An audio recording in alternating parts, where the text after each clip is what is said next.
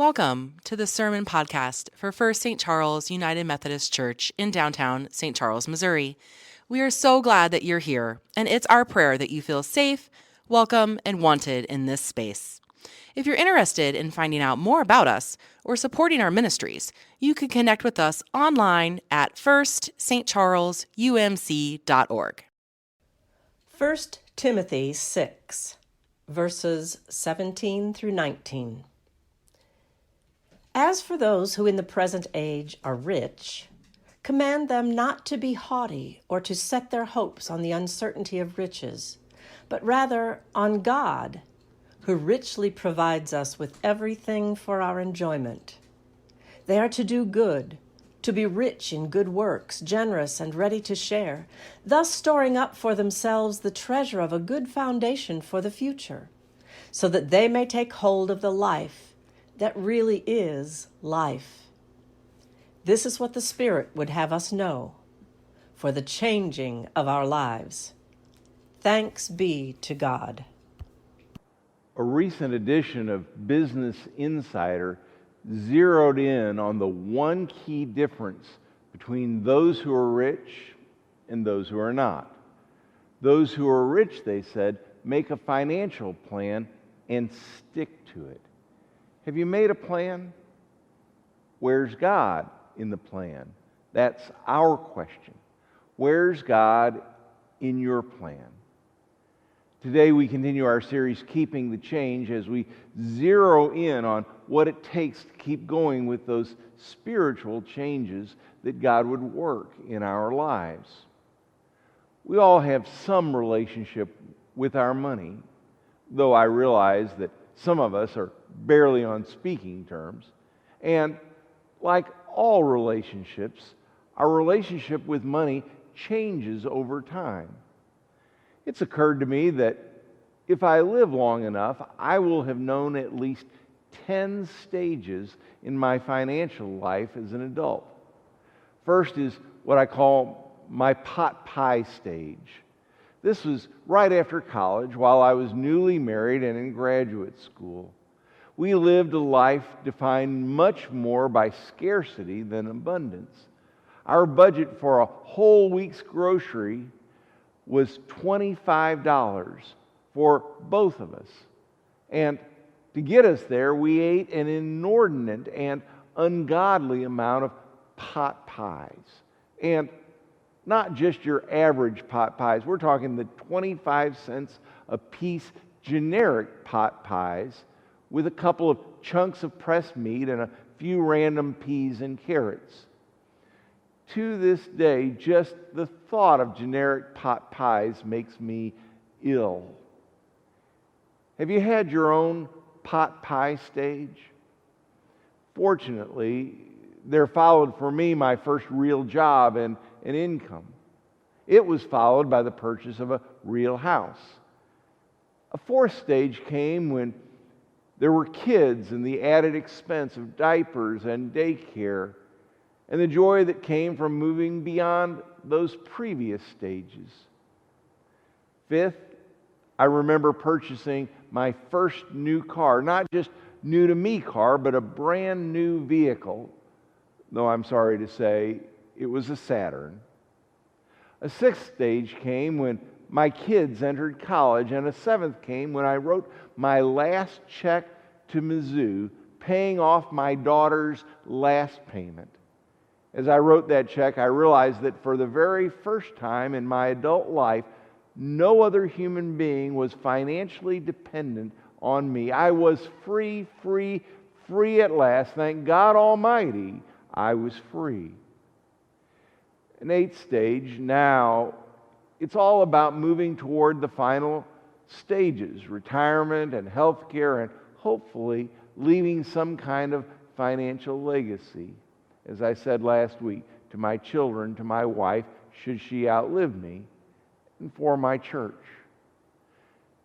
Can you trace your own journey through circumstantial financial stages? Where's God been in the mix?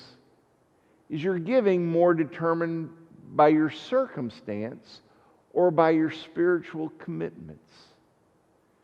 Several years ago, we went through a building campaign here at our church. Our consultant at the time, Rusty Lewis, helped me understand that in our giving, persons may move through as many as 5 stages of spiritual commitment.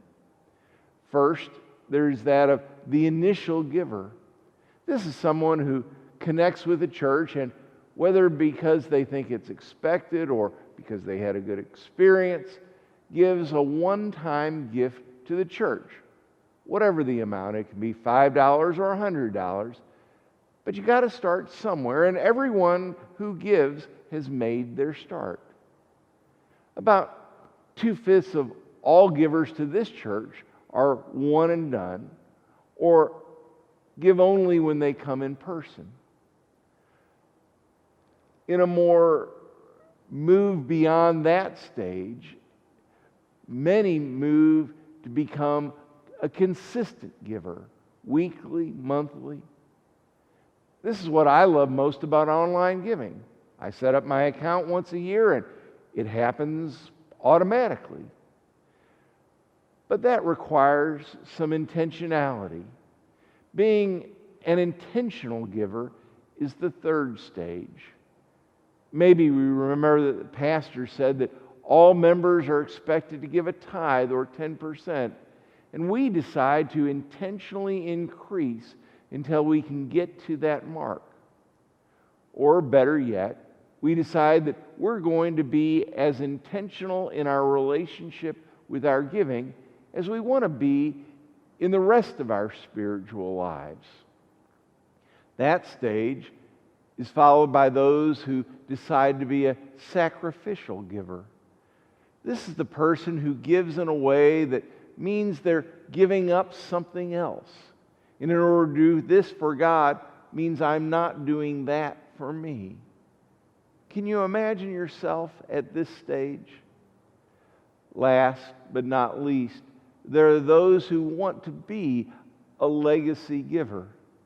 This is someone who has given over a lifetime but wants to give beyond their lifetime, a gift that outlives them.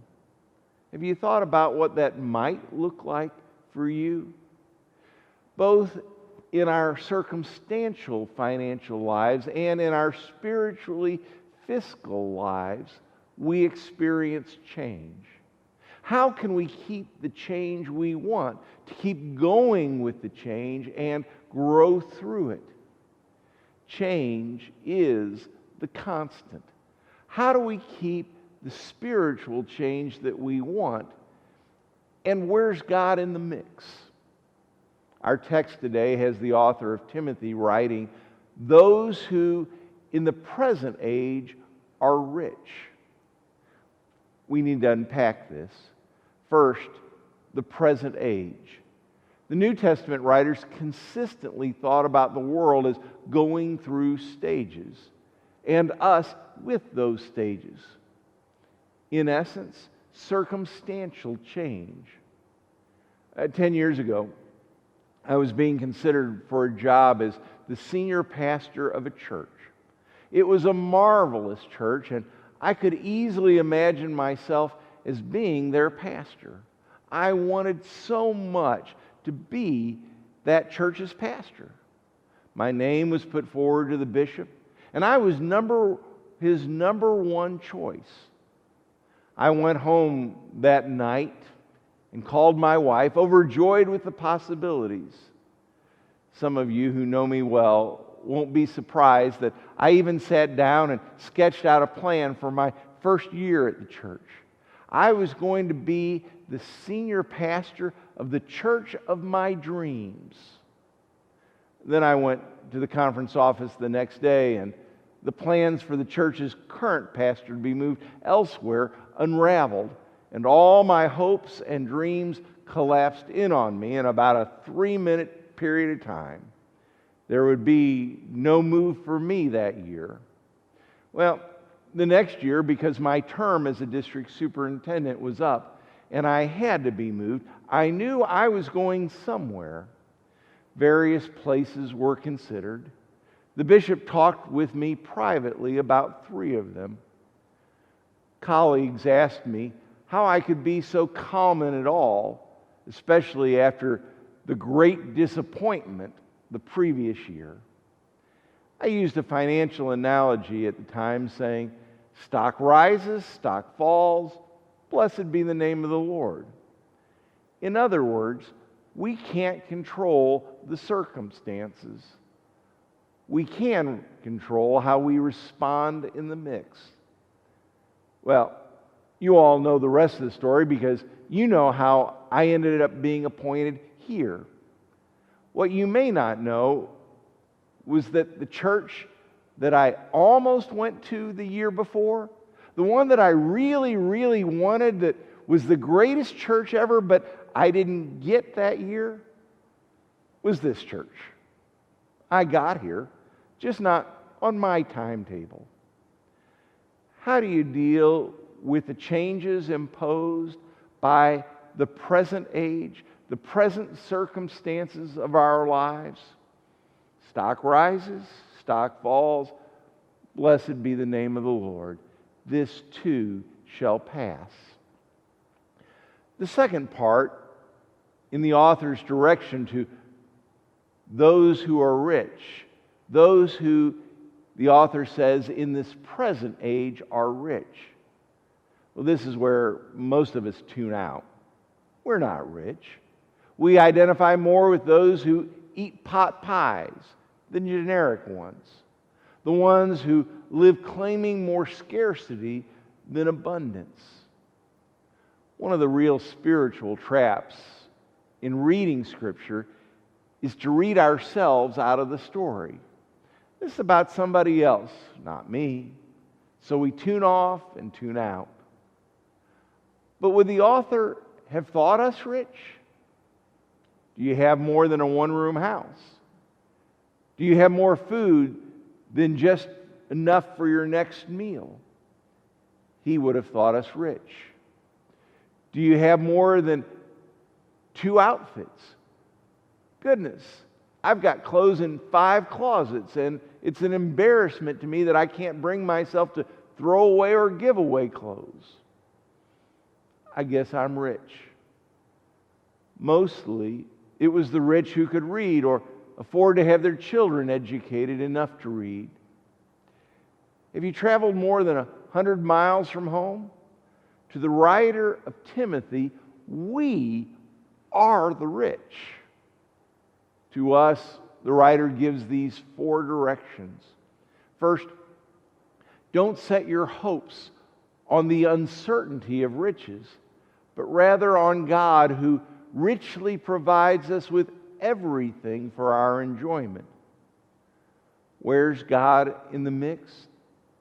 We're focused on hoping in God, who is the source of everything we enjoy. Second, do good. Be rich in good works, generous and ready to share. It's not just about us. Life is meant for the sharing. No one focuses on God without also sharing with their neighbor. Verse 19, thus storing up for yourselves the treasure of a good foundation for the future. When we invest in others, we're securing our own future. And fourth, so that you may take hold of the life that really is life. This is what it's all about. It's life here and now, life authentically, life abundantly, the life that really is life. I'm fairly sure I've told you the story that Fred Craddock tells about a friend and his family who were missionaries in China, and they were at some point put under house arrest. One day they were told that they could return home to America and had 24 hours to pack. They could only carry with them 200 pounds. The husband and wife and their children had lived in China for years. What would they decide to bring? They took their scales and began to weigh. They chose and chose and weighed until they had exactly 200 pounds. Typewriter, vase, essential clothes, 200 pounds to the ounce. When they met the soldier at the airport, the soldier asked, "Ready to go?" "Yes." "Did you weigh everything?" "Yes." "Did you weigh the children?" "The children?" "Weigh the children," he said. And in an instant, Craddock says, the typewriter, the vase, the clothes, they were nothing. When we weigh it all out and add it all up, with what are we left? We're left with God. This is my financial plan. I'm sticking with it. And I'm as rich as I could be.